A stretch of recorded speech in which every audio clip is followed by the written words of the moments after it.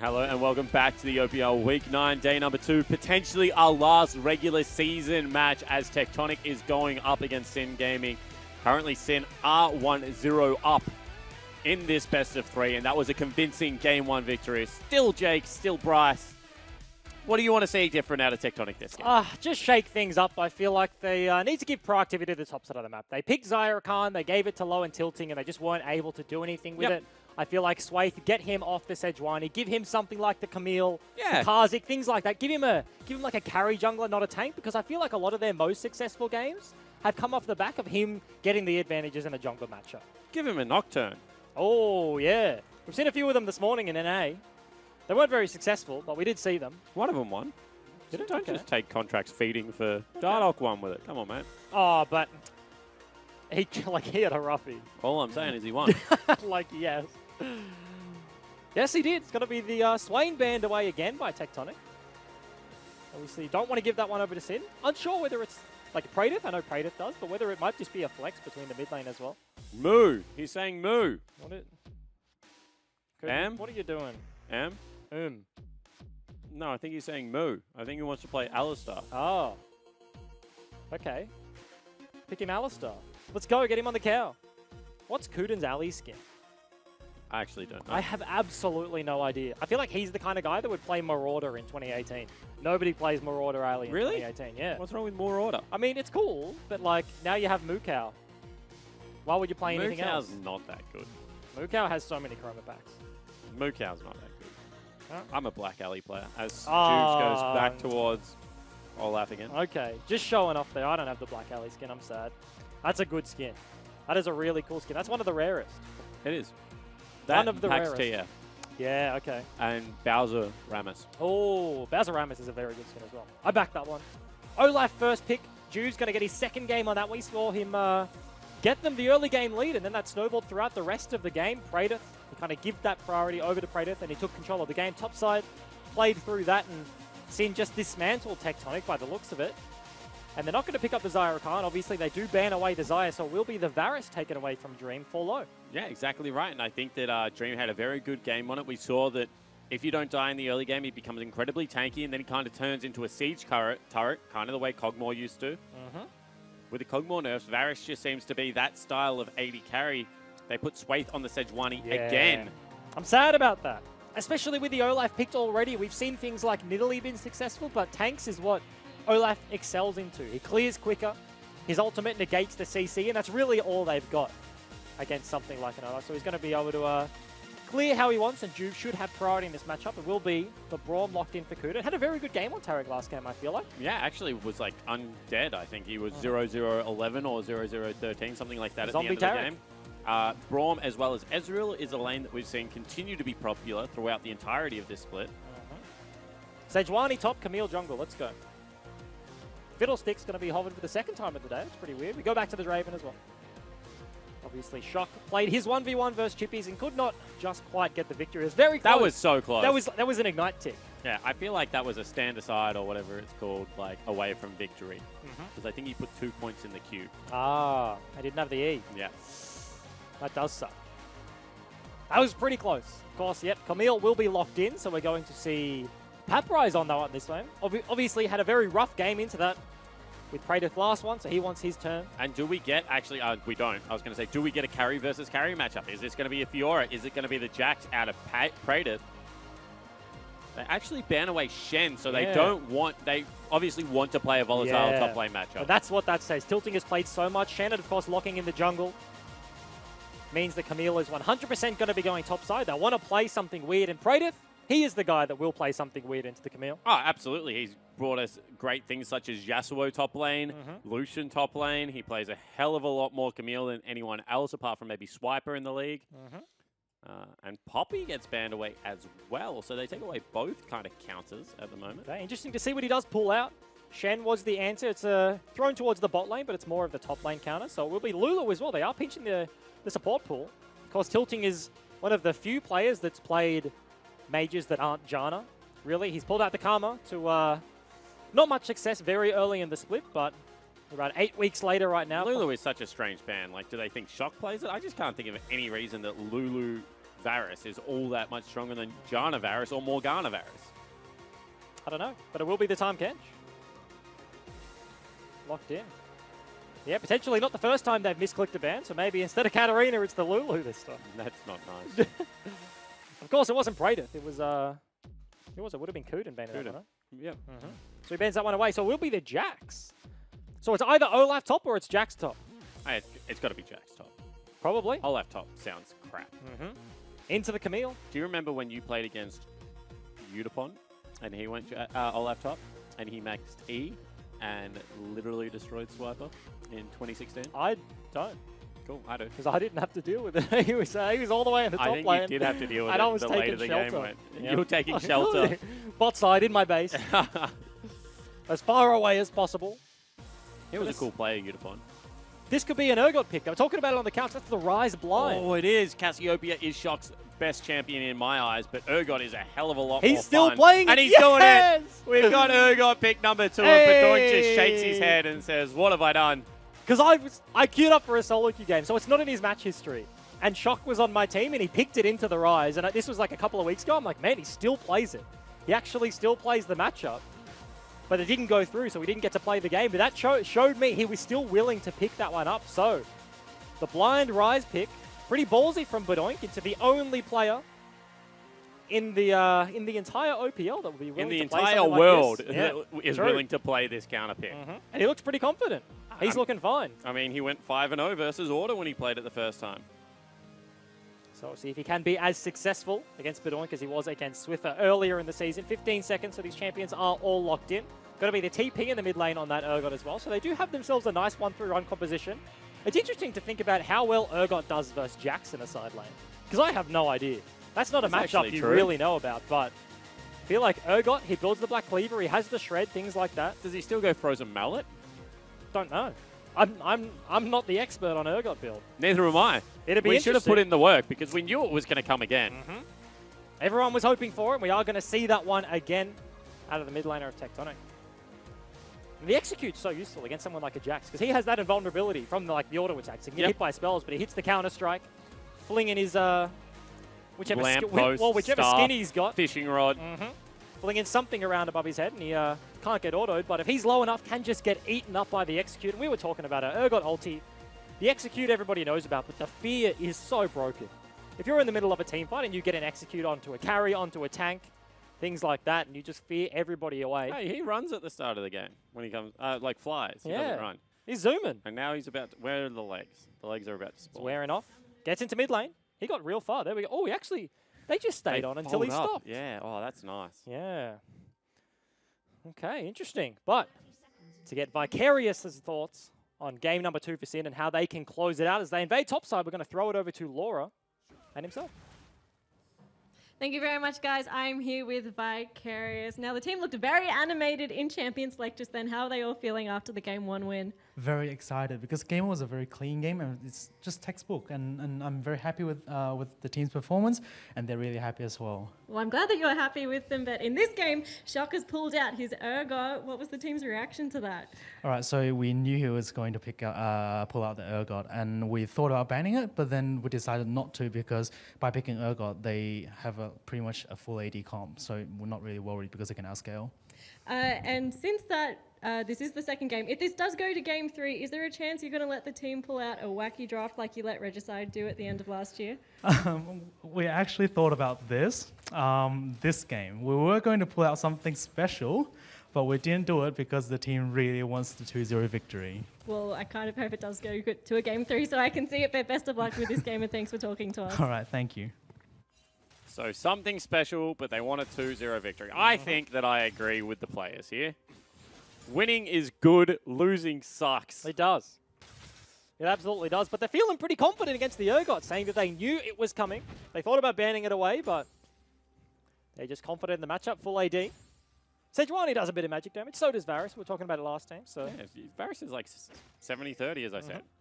You can even heavier swing it if you would like, as we see Predators pushing in top side of the map. Paparazzi just letting himself be pushed in after how poorly last game went when he was shoving up. Yeah. Maybe a good tactic. He's like, hey man, my side of the map is better than yours. I'm going to sit back here. Just farm under his turret, of course. Juice tracking towards the top side again, just takes his blue buff.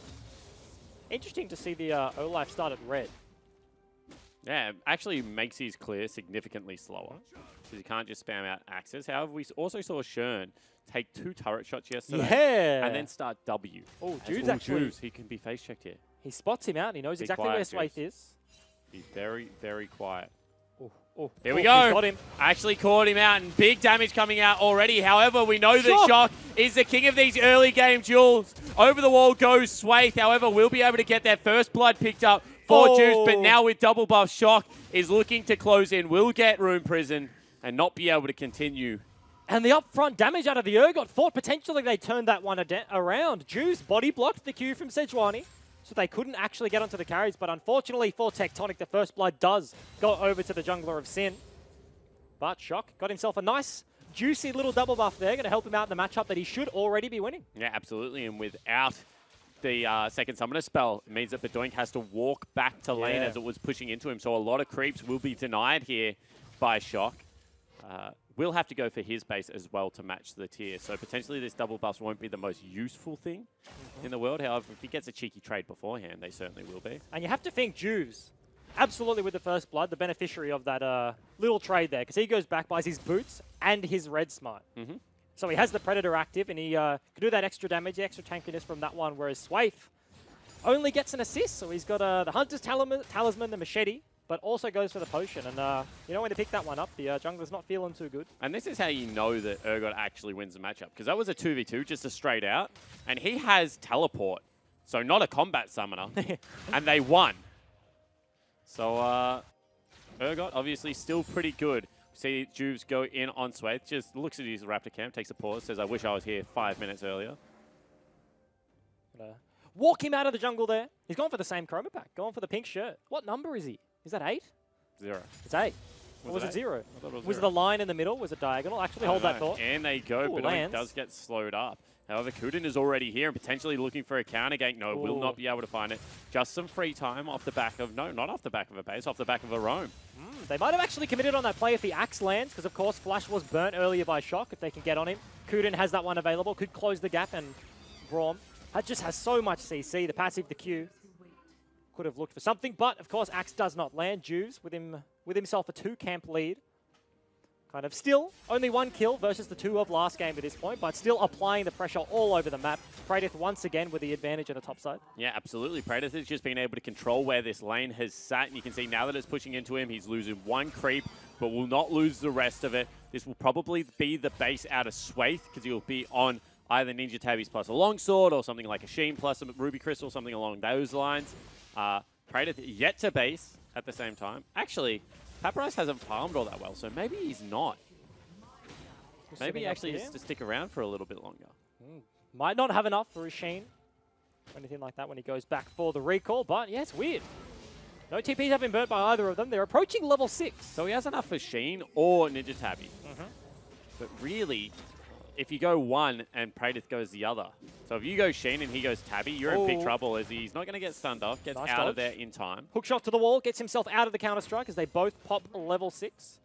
But Swathe is approaching the top side of the map. Shock still having priority in the mid lane means he can walk up here, place the pink ward, and kind of just float his pressure to the top side, make Papyrise's day a little bit easier. Yeah, absolutely. He's just trying to put some implied pressure right now onto the Jax.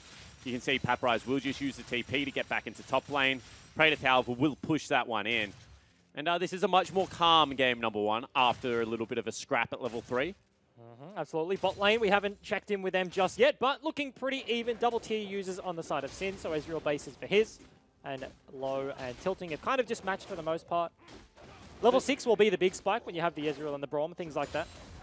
Well, they actually have some kill pressure, but Tahm Kench sort of negates a lot of that pressure. Swathe might be looking to get in behind Praedyth, but yeah, possibly. Just or could just look for some counter jungling here. Do need to mention the fact that Sejuani doesn't farm all that slow. Actually, that's a flash forward, and press the attack there will pick up a kill. That is just a 1v1 kill there for Praedyth. Straight up, doesn't get the flash out of Papyrise, but the first kill going over to the Jax. That was just so easy. He proc to press the attack, followed it up immediately, flash stun. Does so much damage on that empowered order with the W, plus the press the attack proc. And I was actually so confused why Papyrise went with the Tiamat, because we've seen he hasn't had control over the lane. Praedyth always gets first access, so he's not going to be able to clear that out any quicker. And with the Sheen, Jack's just doing so much more damage. You see blue buff is being pulled out, but they have to abandon that play right now. Swaith is a little bit too low, so Juice will just pick that one up for Bedoink. It is on vision, so Tectonic know exactly what's going on, but once again, Praedyth in a position. Very good for himself. Potentially wants to take over the game like he did last time. This is arguably better, because it's not like he's into a tank this time. He's into a guy that's going to have to build carry versus carry, and he's got himself a huge advantage in this lane. Yeah, carry versus carry. Much more volatile. Not to mention, Juice had the 2 kills last game as well. He's got himself his own in a straight-up solo 1v1. Hey, that's an easy way to make sure your jungler doesn't steal your kills. Yeah, just kill him when he's not around. The jungler's there. Hey, Juice, go do red buff, man. I'm just going to kill Camille real quick. The mid lane counter pick for the most part. Shock 20 CS lead, has not got himself another kill after that early skirmish though. Want to be able to see Bedoink him wanted him to come slightly closer so he could room prism him up, get a full spell rotation there, but not going to be the case. And both sides of mid lane controlled by Shock right now, who just is kind of a crab. He is. He's so scary. Bedoink is sitting so far back. The minions are just dying. Shock just denying as much of that CS as possible. Going to shove this one in. Swaith is on the bot side of the map, so if he roams down, they could potentially look for something. Juves might just check him here, but no wards over the wall. And is Juves going to get eaten by the scary crab god? Juves looking for it over the wall, will be able to find an axe, however, not enough damage there. It was sitting on about 800 health. Nicely played by Swaith, and Shock get their mid laner their first blue buff. Just going to match for the most part. Sin right now. Have the top lane lead already in Praedyth. Does have the push and is building a wave right now. And they're going topside. Bedoink and Juves tracking up there, potentially looking for a play. This is so bad for Paprise because he either has to make the choice of trying to outplay and catch the creep wave and potentially die, or sack it the way he is doing right now. And it just means he loses it all for free. However, good sweep out of Shock. Because until now, he can't actually walk up to the wave. Because Juves has walked back into his jungle and they have absolutely no vision and they don't know. Until Bedoink showed on the mid creeps, Paprise had to respect that at any point a Realm Warp was coming in under the turret, Olaf was just going to tank it up and he was just going to die immediately. So half the wave does die anyway, picks up the back end, but still advantages being eked out in the top side again for Praedyth. Yeah, I mean, it's not even eked out, he's just 30 CS up. And when you have 90 CS, that's a third 30 CS is a third of it. It's a big deal. Juves potentially looking for something topside, maybe just looking for a counter gank as well. In goes Praedyth, however. See whether Paprise jumps onto him. No, not going to be baited in. You can see that with the shortness of that trade, it was definitely going to be a bait. I feel like Praedyth made it very obvious, though. Just jumping in, didn't even burn the counter-strike on the engage, so Paprise kind of knows something's up. Swaith is called towards the top side, but they might just be looking for a dive in the mid lane. Kuden is tracking as well, though. Yeah, this is nicely done from Kuden. When you're a support, deploying mid is actually very useful. They know something could be up here as Bedoink is kind of playing towards that side of the map. However, good flash. Kuden, however, caught it. And Realm Warp now coming in. They're all going to get out of the bottom lane turret. And they'll actually go on to Swaith. Nice ultimate from Kuden. However, Paprise is already here. And now this will be a 5v3. Paprise goes over the wall. One more hit will stun him. But Shock just nabs him with the ultimate, eats him for Brecky and says, thank you for the kill. And the Realm Warp was the biggest bait for Sin there. Tilting actually committed to the inside the inner turret with the Abyssal Voyage, but they all hop in the Rise ulti. They all go topside, and then they lose Kuden's life. Sin desperately trying to defend the mid lane right now, but that's going to be the second kill going over to Shock on the Urgot. I was going to say, it's happening again. He's 30 CS up. He's got 2 kills. He's getting bigger and bigger. And he was able to put in some work versus Order when he played this. Bedoink very briefly bought himself a second Catalyst. If he left the base with that one, would have been kicking and screaming. But no, refunds, buys himself the Blasting Rod, just going to walk back to mid. That was real funny. Kuden's like, we need like a goalkeeper Braum. You know what I mean? Because he just zooms into the lane and captures Glacial Prism in the face. And then eventually falls down. Yeah, that was a roughie. As big as the gold gap is in the top lane, that is being replicated right now by Shock in the mid lane. So you've got to take your hat off to the Tectonic mid laner. Multiple times being able to make this counter pick work. But it's all about can they transition the lead. Because last time we saw this pick, got 5 kills, and then Tectonic ultimately lost the game. And we saw in the interview Vicarious pretty confident of the fact that, sure, Rise will lose into the Urgot, and they will get an advantage early, but potentially more AD than they would like. They index too far into that stat, and then later the game goes, the more Sin's comp can outshine. Yeah, I mean, that's potentially too, but I'm just thinking Ginsu's Wits End, you know, maybe something like a Hurricane to spread it onto all the carries. And all of a sudden, Varus is pumping out a ton of AP damage. Not to mention, they don't really have beefy tanks on Sin's lineup. When you talk about outscaling, because you do like a single form of damage rather than splitting it over AD and AP. They have an Olaf. Sure, he'll get tanky, but he will fall off. Braum is a pure tank, but he's a support. Doesn't get a lot of gold over the course of a game. You think about super tanks, top lane like Maokai, Sion, Ornn, champs like that, but this top side is just a Jax versus a Camille. They'll be sitting at a side lane 1v1ing till the death. Yeah, absolutely. You see Praedyth actually gets a very nice trade there. Just goes in, bonks him with the ultimate as well as the passive. Now Sway potentially looking for Bedoink here, and he's calling over ultimate Crab God. However, not going to be there. Wanted to return the favor. Last time we saw that play, Juice was walking in, just smites away himself a blue buff, but Swaith, unfortunately, didn't have vision in the bush, couldn't take that one down. But this time around, Swaith has just kept absolute tempo with the jungle Olaf, has actually got himself a CS advantage, is equal in experience, and will just be so much more useful as the game progresses. So I think that the Sejuani pick did not work game number 1, but certainly work in game number 2. Yep, looking significantly better here. Oh, top lane. You hate to see it. Number 2. Just size in his player camera. Bummer number 2. As soon as the flash is off cooldown, Praedyth just kills it. He just wants to use it. Press the attack proc just does so much damage, and he hasn't even finished his Triforce spike. You have to think with that gold, he's going to, as we see it again, he still has the flash, so already used the counter-strike, does pick it up at the end. He's just quicker. That's the boots to no boots there. He's able to chase him down into the turret, lock himself down. His second solo kill of the game. So Praedyth had a very good series last week versus Parbo and AV. Yep. They didn't win the series, but he played very well. Had winning matchups in all 3 games. And then now, second game versus Tectonic over Paprise, looking real good. Yeah, you can see that right now. Juice is kind of just tracking Swaith. However, we'll have to burn the ultimate here. Swaith looking to continue the chase. Will it give up? Ultimate for ultimate burn. I would say actually in Olaf's favor, because that's really Swaith's only tool to get into these lanes. They don't really have a lot of setup. Camille set significantly far behind. I feel like a Sejuani going into that lane isn't really going to change things. Jax sitting on Ninja Tabbies and the Triforce. They're just not going to do enough damage quick enough to be able to take down top lane. They have a Tahm Kench bot lane. Varus does have some setup. I figured out what they were talking about, by the way. Dream is going tank. Okay. He's got himself Ninja Tabbies and Iceborne Gauntlet. They got 4 Tabbies. Good luck doing damage to that. Kuden could have matched. They could have had 5 boots. The obviously, first turret pickup right now. That's huge. They ordered a new pair of kicks, and Juice just like, hey guys, like, I got cool little stars on them, actually. Yeah, ultimate going to be used from Kuden here. Kuden has no However, flash. in goes Tilting Heal and Flash, as well as Teleport already used. So let's go. Let's fight this one up. You can see right now Tilting going very low. Juice without the ultimate will not be able to finish it, however, and gets eaten at the same time. Realm Warp going to be coming in. No one will be taking it because Bedoink was already there, and that is a 1-for-0 trade with a turret. Yeah, and they didn't even have to burn the TP from mid. Shock actually walked down to that play. Neither top laner had theirs, but Praedyth looking for his 3rd. Solo kill, no, does just get away Paprise to safety, but Tectonic, that's the first real advantage they got in this game, that they take down the bot turret.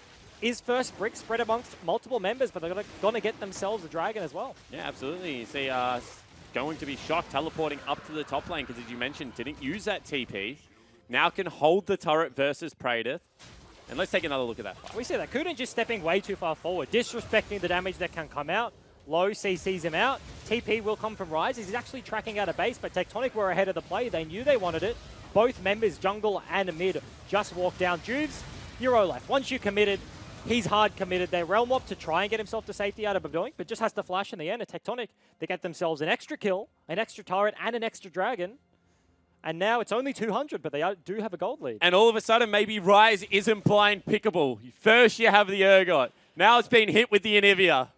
Still got Cassiopeia somewhere, I'm sure, that beats it.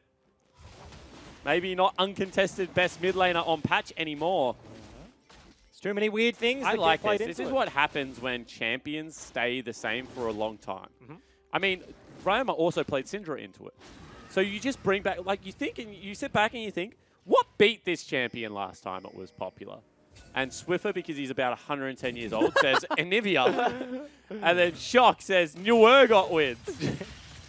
You can really tell the veterancy of players. Yeah, exactly right. Anivia and Shock picks New Urgot. Remade Urgot. As they're actually going to get themselves a second time. When Skarner first came back out, Spooks actually called it immediately.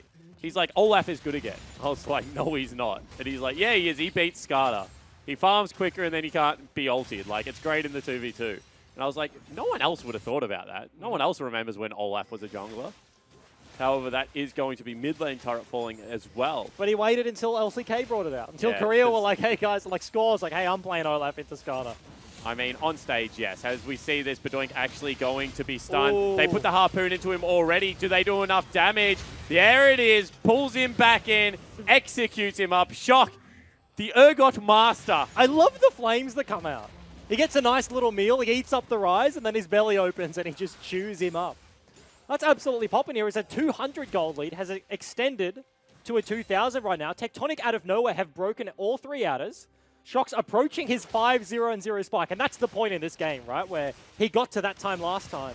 He got to that score last time against Order, and then it all fell apart for the lineup of Tectonic. But this game, can he pull it out against Sin? Yeah, absolutely. As they're looking for a turret dive onto Paprise. Bromacia is sounded. Paprise just taking so much damage. You can see right now, Praedyth is taking up the turret, trying to leave the work to be done by Juice, who flashes on his head, and will be able to dunk him with that E. They'll continue to push through right now, but at the same time, opposite side of the map, Swathe was able to grab his team Rift Herald. Sin going to try and answer with a turret.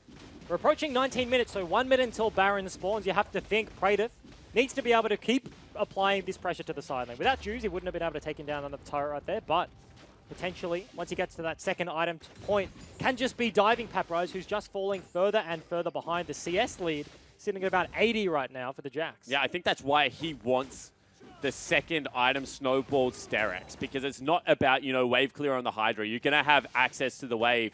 It's about, can I actually get under the turret and kill this guy? And with Hydra, he's not going to be able to do it, but with the Sterex, he just might be able to. Shock, potentially looking to get his hands on a... Got a Fromo. Delicious Ezreal. Yeah, he does. You asked the question. There's your answer. He does go for the Fromo. Because it used to be Black Lever, Frozen Mallet, Sterex, but Sterex is now no longer purchasable on range champion, because they just kept abusing it. Champions like Graves and Urgot were like the biggest proponents of it. His Dream is a window shopper. He had vision. 100%. He 100% had vision. And it was just shopping. So the Rift Herald, the investment coming through for Tectonic, they're just going to get themselves another turret, you think. The charge will probably be enough to take this one down low, putting in a bunch of damage to that one. They so can potentially just go to Baron straight away. I mean, they've got a tanky lineup. They've called over the Camille. Why not? There's still 20 seconds left on Dream.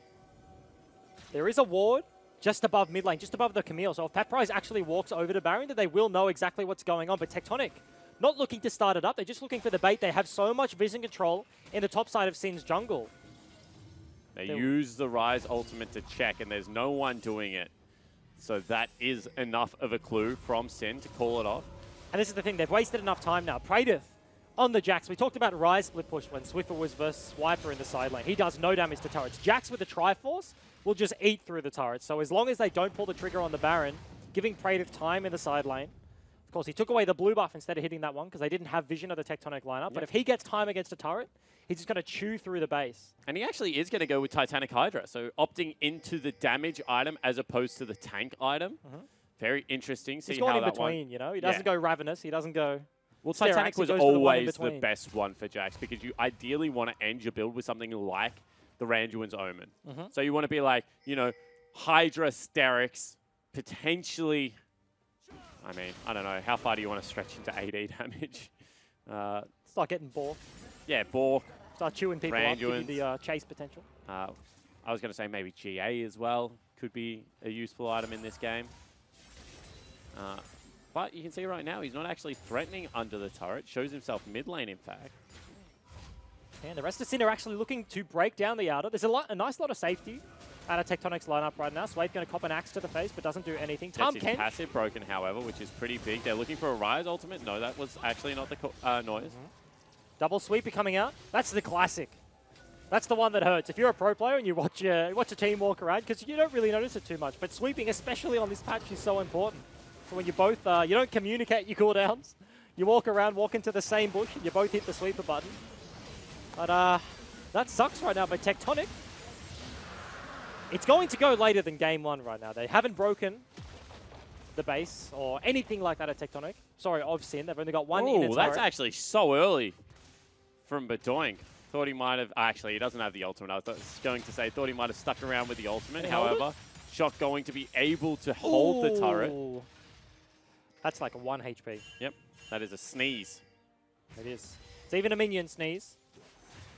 But yeah, you have the safety of the Tahm Kench. They, especially with the split push, we haven't talked about how the Abyssal Voids can kind of help you in the side lane. So Paprise has that extra safety. He can bring over low, and they can attack the Jax in the side lane. So if Praedyth doesn't play it smartly, it's not like this is a Bonobo side lane matchup where he can just all in at every point, which is why you potentially see him going towards the Titanic. It's not just going all in like Bork, Triforce, things like that. Wants to fight at every opportunity. Yeah, absolutely. And I think that as this game progresses, it's going to become harder and harder because you can see Paprise. He's now finished up Tabbies. He's gone towards the Trinity Force as well. So he's just Hysterics behind. Obviously, that changes when Praedyth goes for a shop. But eventually, you hope that he does manage to maintain this gap and it just becomes more difficult to dive a Camille, given how loaded her kit is. Can dodge out of the stun with the ultimate, things like that. And this is a bit of a weird trade from Tectonic right now. They're trying to set up around the Baron, but they give complete mid-control to Sin, who can attack their outer turret. They're looking to contest. Shock is so incredibly tanky right now. He's huge. He is absolutely huge. Going 4, for a 0, Death and Stance 1. as well. Potentially more. Probably Death Stance. Probably Death Stance. See that one. Do they actually start up the Baron or anything? Recalls are coming out from Sin. Yeah, and you can see right now Dream that they're trying to cancels it. use the Rise to gank Paprise. So not using Juves anymore. They're using the 2 teleport users. In they go. Realm They're using goes. the Realm Warp. Bedoink is still in it for sure. However, Praedyth goes so damn low. They're using the teleport out of Shock. And maybe they use the Tahm Kench Abyssal Voyage to try and get something happening here. You can see that that Frozen Mallet is just continually slowing him down. And he is eating him alive. There's no way Bedoink can get out of there. Actually, maybe there is with a flash. And now they cannot continue the chase. And the rest of Sin is here to help out the Rise, getting out. Juves actually wants a piece of Swathe right now. But Tectonic, because they're split, there's 2 members on the right and 3 members on the left, or 2 members, because Paprise actually went down. So once again, Praedyth, with the help of Bedoink, gets himself another kill in the side lane. And that's really nice use of the Rise ultimate. Yep. And that time they got the teleport out of Shock as well, so it's very easily to replicate. Not much counterplay there. However, now Tectonic say, stuff this, we're just going to the Baron. And honestly, with how the map is set up, they will get this. Yeah, Juves might not be able to get that in time. They do burn the ulti from Ezreal, so they know what's going on. The rest of Sin are collapsing. Do they peel off? Both teleports are coming in. Swathe is so low. Shock on the front end will look to get CC'd up. No, not going to happen. And they also get Swathe. However, now ultimate will be burnt. You can see that stun is there. Shock still so tanky. Demacia yells Juves as he runs into the back line. But honestly, looks like they will be able to get out. The successful disengage is there. Maybe tilting falls down, but some nice blue suede dancing shoes means that the entirety of the Tectonic lineup gets to safety. And decisive play out of Tectonic. That was a Mountain Drake Baron right there. If they don't have that Dragon, they don't do it as quick. Potentially, Sin can contest, and instead of getting 5 members out, looks more like 1 or 2. Sin taking the opportunity to push that wave in, potentially looking for the turret, but Tectonic cementing themselves in the lead at this point. Have themselves a Baron, especially for Paprise, who's just incredibly struggling versus this Jax in the side lane. Praedyth just has so much control. Now that he has some buffed up friends in the minions. Yeah, also given the fact that now maybe he can just group with his team and play that race game, you know. Praedyth, you're going to have to push out a huge side wave, and I'm just going to try and ulti your backline underneath the turret. Instead, they're grouping up around their split pusher right now, trying to do the opposite, maybe treating him like some tasty bait. Speaking of bait, though, Sin sitting in the bushes. They don't have Bedoink. He has Realm Warp, but no TP, so we can't really. Here we go, 2v2 will be there. Paprise takes so much damage immediately and will just get bursted down. Nose goes back in, nice stun, and there it is. In comes the Tahm Kench. Praedyth so low. We'll use that counter strike and we'll leap fearlessly away, but they will continue this fight. They pull in Praedyth. That fear is absolutely huge, and Juves goes down. 3 members dead, and Shock 5-0 and 3 will look to push in and break the base. And 5 kills is the magic number right here. Baron buff still on Tectonic, and they still have 4 members alive. Paprise goes down, but he trades with Praedyth, the strongest member of Sin right now, so they've got to break the base. Yeah, exactly right. This could be even more. 30-second death time is still. They will do this so damn quickly. See, Urgot targets out that turret, and he's just absolutely mowing it down. 10 seconds on Kuden, still 15 seconds left on Juves as well as Praedyth, but they will just decide to disengage as a 4-man unit. And to contrast this to Game 1, we see top side of the map going exactly as planned for Sin. Praedyth on the Camille, got 2 kills very early and then ran away with the game. Looks like a similar scenario, but Shock has his way. This was very interesting from Sin. They actually set up the bait, but Rise is not here yet. So Rise goes down very early, but the rest of the Tectonic lineup just arrived first. Realmwalk comes through, and this is a decent choke for Rise, but as soon as that fear procs, all 4 members of Sin are sent fleeing, and they just pick off one by one. They all go down a 3-for-1 trade. Yeah, and it looks like a Terrifier. It looks like they do run away as opposed to just running around in circles mindlessly. And you can see that that just created such a zone, so much time. And we mentioned the fact that Low does a lot of magic damage. Well, he's indexing into that. He's got himself... What? This is smart. Okay, yeah. You do 10% more magic damage now when you pick that up into a Leandris. So if he thinks they're correct, we don't do enough magic damage, He's got the answer. Is a very good answer to that. That makes a lot of sense. Of course, now you ramp it up. For every second you're in combat, I think up to 5, you get the extra 2%, as opposed to just the burn and the damage amp. But Tectonic still have a little bit left on this Baron so far, just a sliver, but looking to contest the mid lane right now. Juice potentially caught, might have to use the ulti that gets slowed down a lot. Shock stepping forward is just fearless right now on the Urgot. 5-0 As and he 3. should be. He's absolutely huge. Got himself 3 items completed right now, and it was the Death Dance. Pondering with a few different options, but opts in for that. The delayed damage, the ability to life stealer back up, going to get themselves their second Ocean Drake of the game.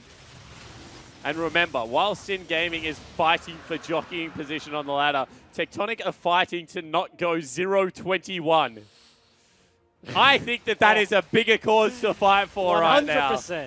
And they are just trying with everything they have left in them to be able to pick up a best-of-3 series. Shock right now is leading his team towards the mid lane turret. However, not able to get any access towards it means it is still very healthy. No minions, so Low gets a couple of auto attacks, but they don't do a whole lot of damage. The lead on Praedyth is essentially matched by Shock now in the mid lane on that Urgot. He's just so incredibly big. If they 1v1, who wins? I'm going to say Shock. Yeah, I'm going to say Shock as well. What the heck? I had to think about that one, but then I'm like, no. There's a huge execute.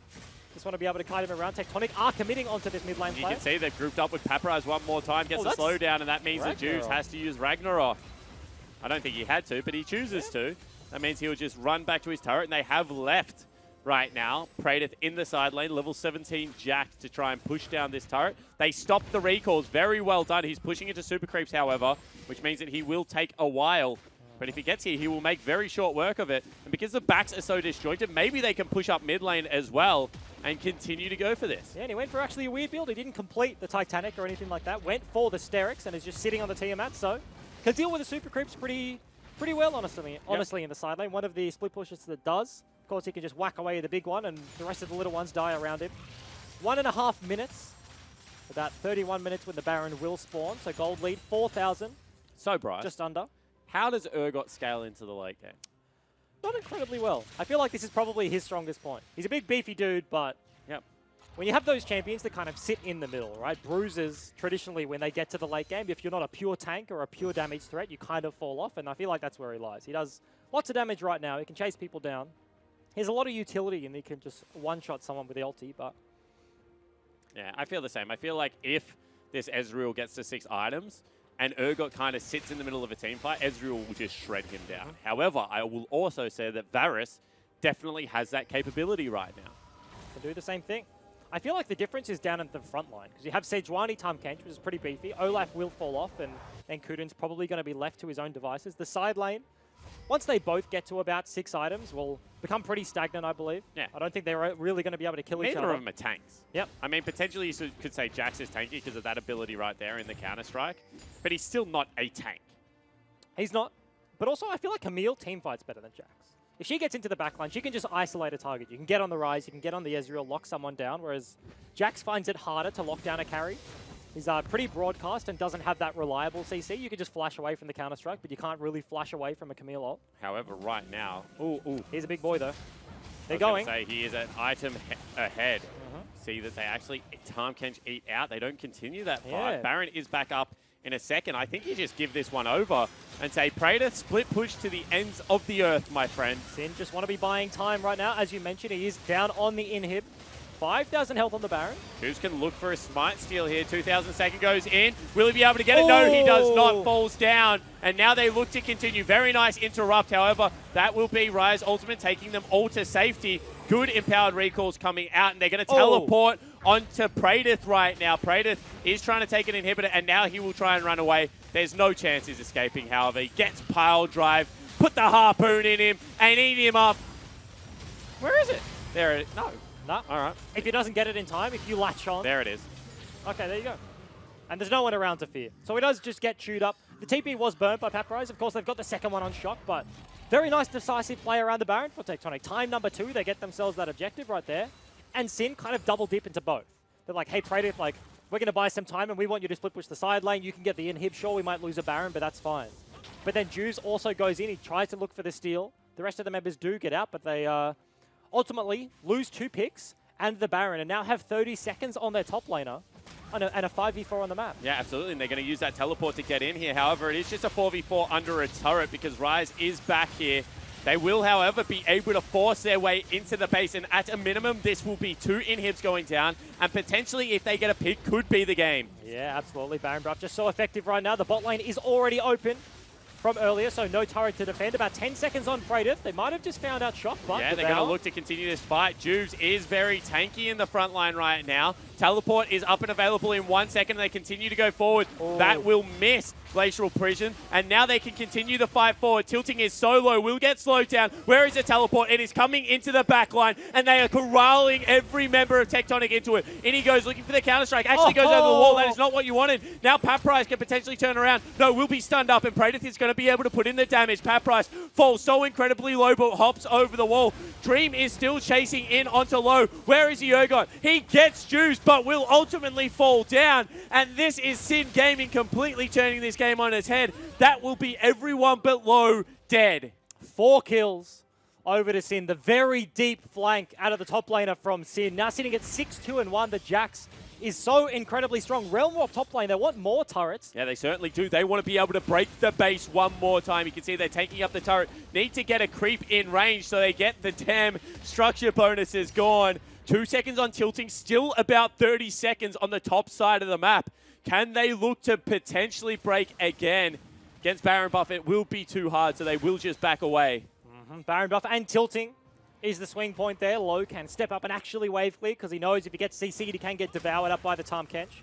Trying to force them away once again. I feel like both of these teams have been pretty unlucky with the Dragon spawns, but we're going to take another look at the play. This is after the deep flank from Sin, so Juice trying to get onto Shock, who did actually trade Starax proc there and just eats him up. There's the execute. He's popping.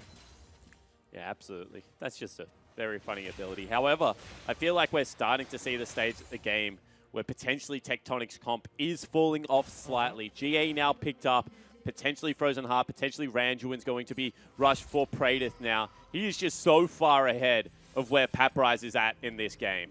He's Flame Horizoned He's just a monster. He's got 6 kills. Paprise is matching it with 6 deaths, which, you know, in a way, is similar, but not exactly the same. Not really what you want to match with, but, I mean, it's the number's the same. And I was going to say... Another blasting one picked up for low. I feel like if this is a Void Staff, he's almost trolling. It's almost troll territory. Just buy an Infinity Edge. Yeah, I don't know. I don't know about the Leandri's Void Staff, but Tectonic going to get themselves their 3rd Ocean Drake, which is not that useful at this stage of the game, Have you ever played honestly. with AP Varus before? No. His W does a lot of magic damage. The Blight procs. Yeah.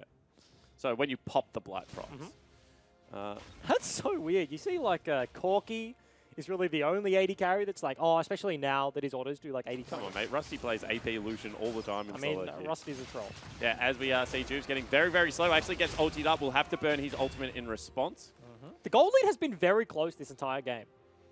Tectonic have been in control for the most part, but Praedyth is the one swing factor for Sin. So gold lead hasn't really been over 5,000 for the most part there. But Tectonic looking to break the last remaining inhib in Sin's base. The other two will be spawning in the next couple of minutes, but they have some time.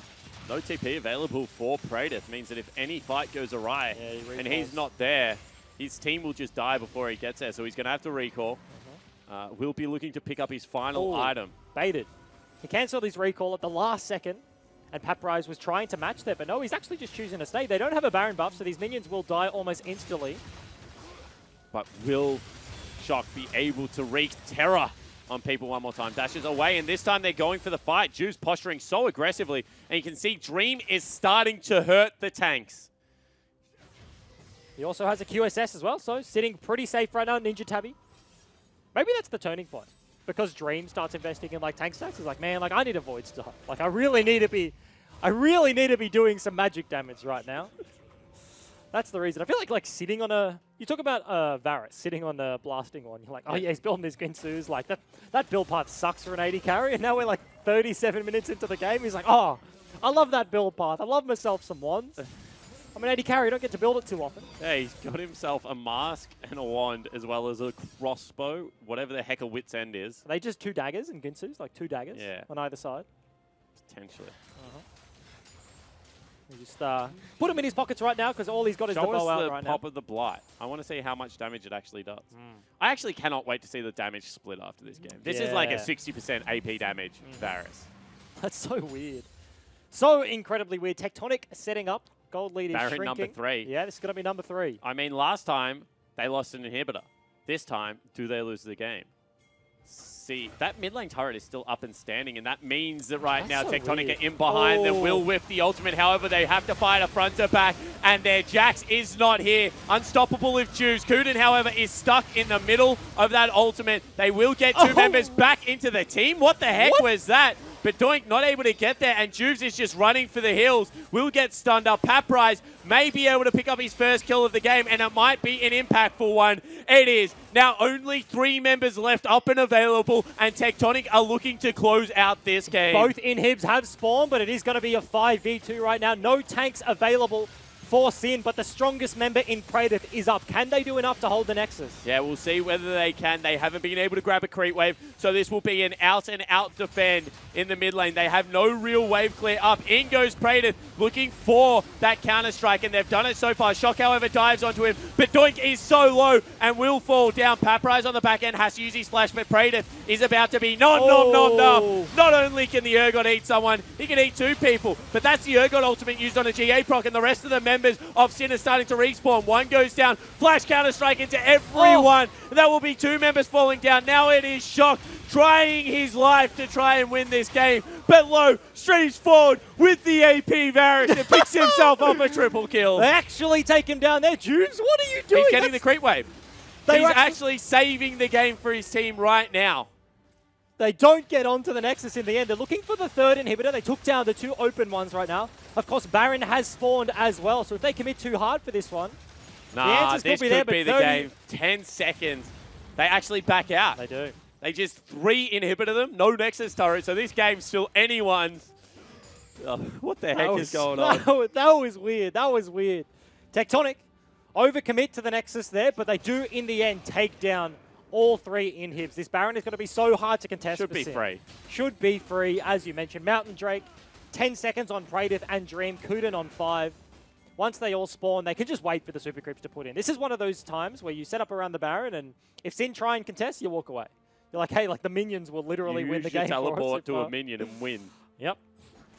Maybe Paprise. 1 and 7 versus a 7-3 Jax gets the backdoor to win the game. Yeah, what a statement. I could see it happening. What a statement that would be. Unfortunately, I could see it happening.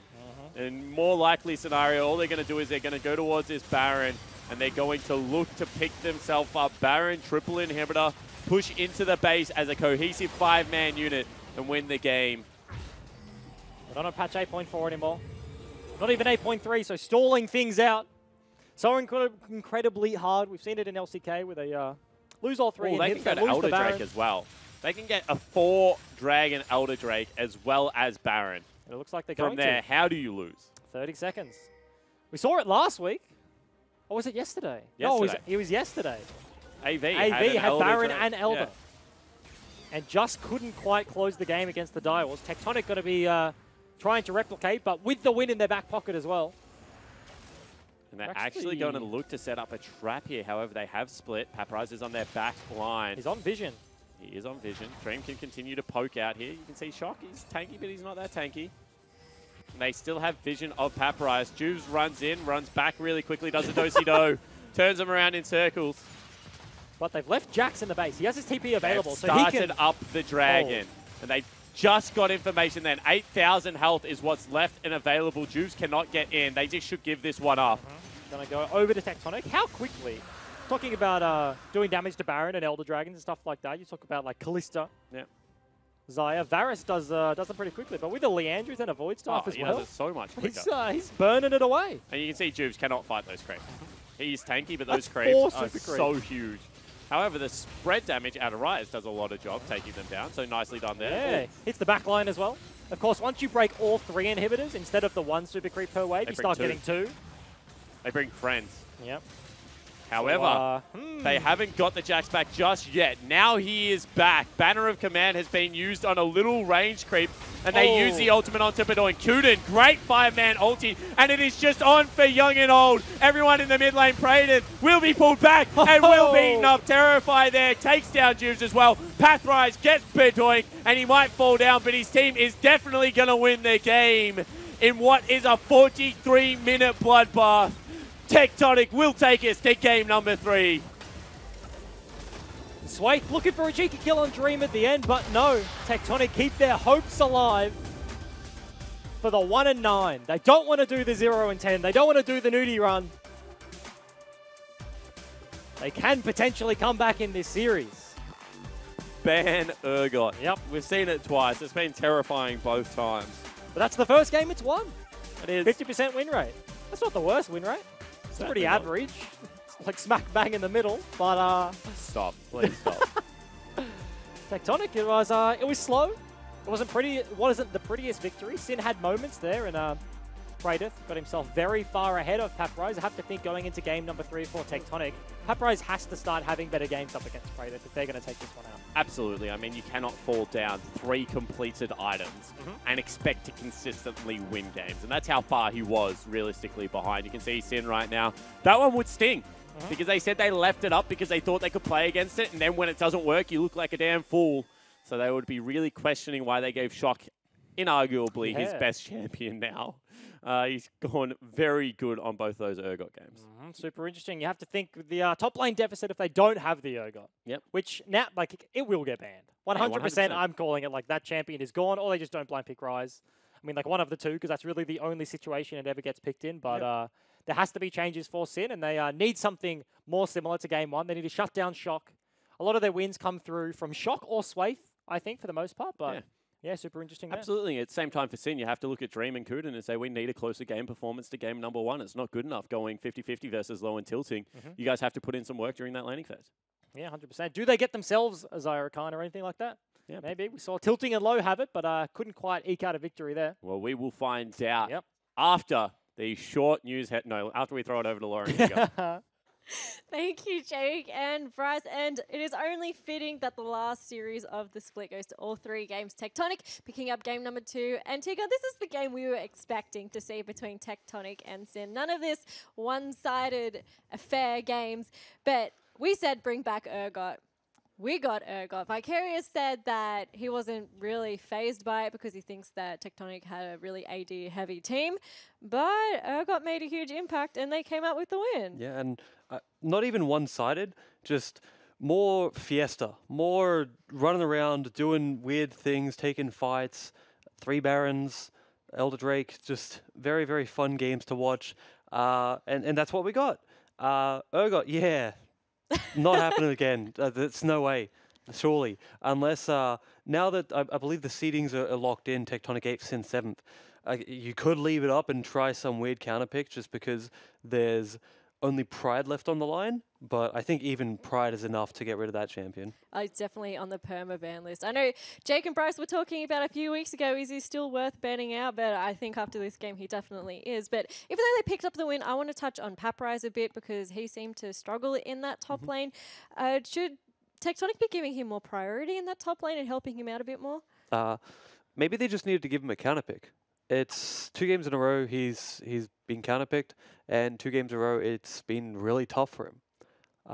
They managed to eke out the win, but they made it a heck of a lot harder than it had to be. So either give him a counter pick or find him a better blind pick, because right now it's just not working. On the other side of the field, though, Low and Tilting had a much better game for them.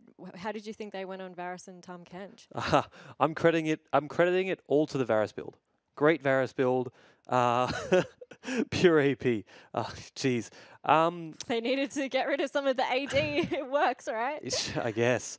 It was strange. It seemed like they were having a quiet laning phase. I didn't really see anything that was really just incredible, but you know, it came to the late game, and they were doing a lot of work. Obviously, Shock is still the star of that team fight performance, but they were holding their own. They were doing really big things, like Tom saving him at the Baron. That was pretty huge. So good on him for just maintaining the stability Shock needed to carry that game. And something we can say, though, is that Tectonic were much more decisive in this game. And Tegon, you were impressed with their Baron call as well as many other calls. Can you walk us through why the decision-making was so good? So here, this is a very easy Baron for them to back off of once they realize they've both been spotted and Sin are teleporting to contest. But they make the right call in burning it down, having Shock just sort of zone and buy time. One thing I was worried about was, as they're trying to escape here, it seems like they're trying to make sure everyone gets out when there's an argument to be made for just cutting your losses and letting one person get out. Keep in mind, they do get everyone out. I don't know how. I've watched it again. I still don't understand how. But it was just really, really cool to see a team take a very difficult decision, and especially the bottom tier teams take difficult decisions and make the right decision so quickly and just do it really cleanly as well. Well, Vicarious said they had a secret draft in store that they were thinking about bringing out in game number 2, but hopefully we're going to see it in game number 3. Do you have any inklings as to what you think we're going to see? Nothing.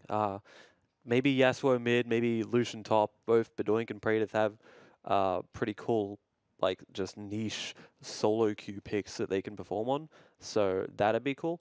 But it's you know, they could take anything they want at this point and just play it. And Vicarious is a coach that's going to encourage them to do that. Hopefully we'll see Juves on his Kindred pick once again. But before we go into game number 3, we have another question that's been sent in to us for Tegan to answer. This one comes in from Matt, who says, I'm a Nami main. What do you consider a better item on Nami, Redemption or Ardent Sensor or both?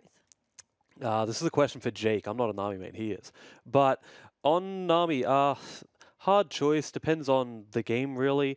You take, I would take Redemption most of the time because Ardent has got nerfed, and it's pretty unreliable to just be spamming your W on your ADC. Nami is one of the champions which can run out of mana.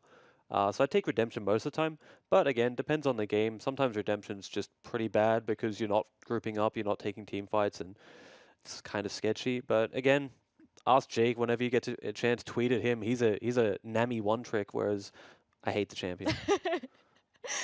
Yes, tweet in at AVJake, and hopefully he'll answer that question for you. But congratulations on that mystery skin. We're going to head to a short break, but when we get back, we're going to have our final game of the regular split between Tectonic and Sin. Don't go anywhere.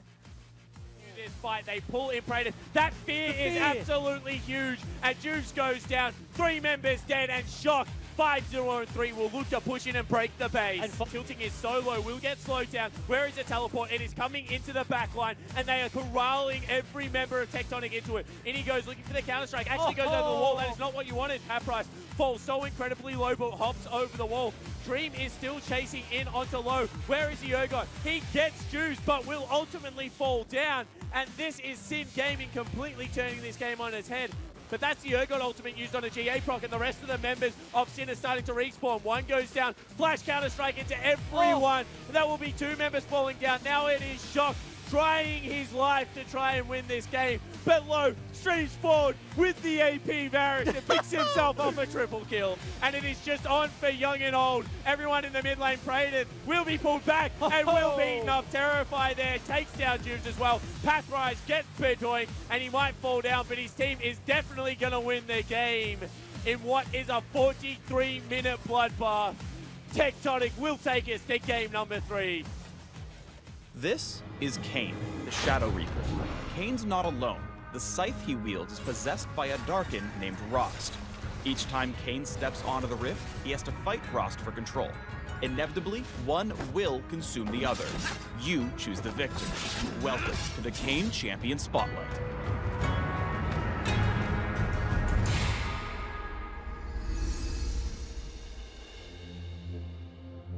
Kane's passive is the Darkened Scythe. At some point during each game, Kane transforms into either the Shadow Assassin or the Darken.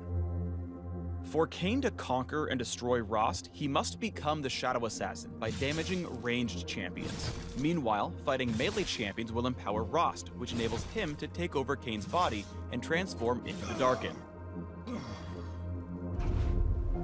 Once either form has won, return to base to attain your final form. This process will amplify most of your active abilities as well as replace the Darkened Scythe passive with an entirely new one based on the form you took.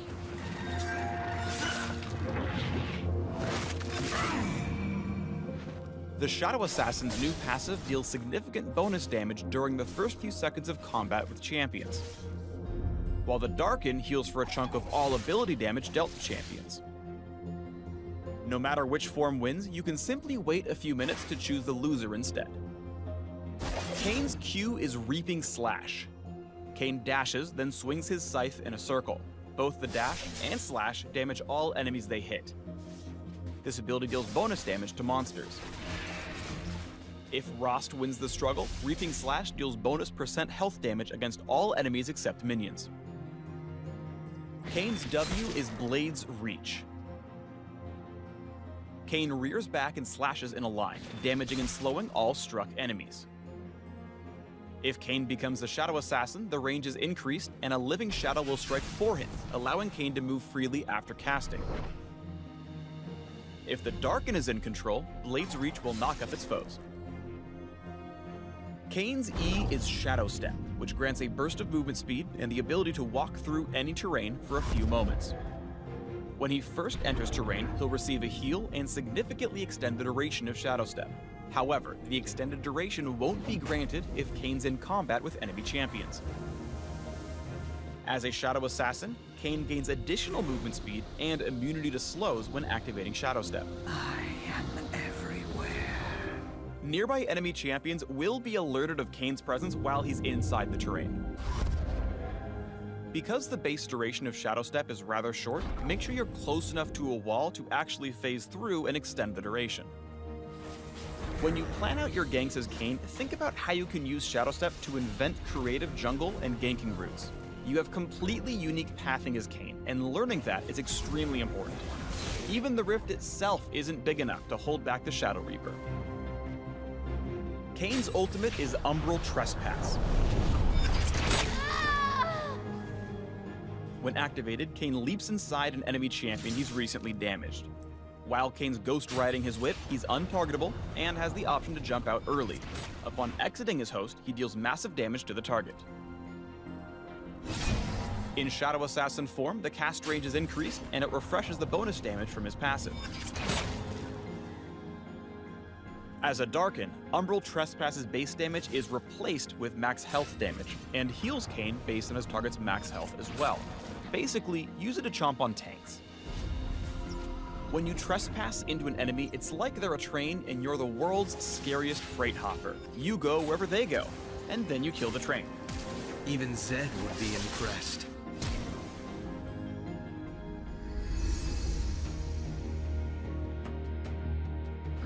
Regardless of which form you gain access to first, think about which of Kane's transformations will benefit your team the most in the mid to late game.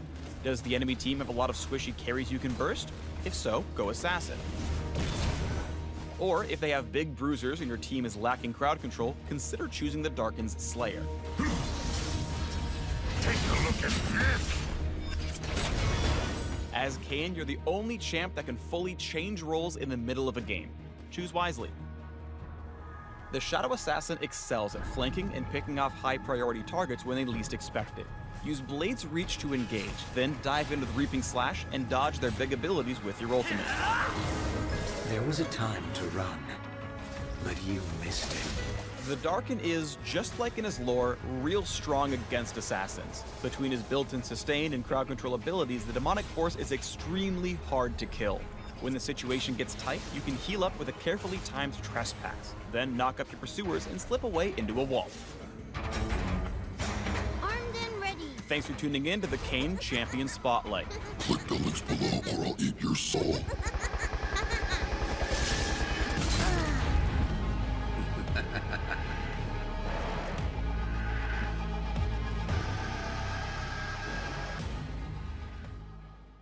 still the most fun champion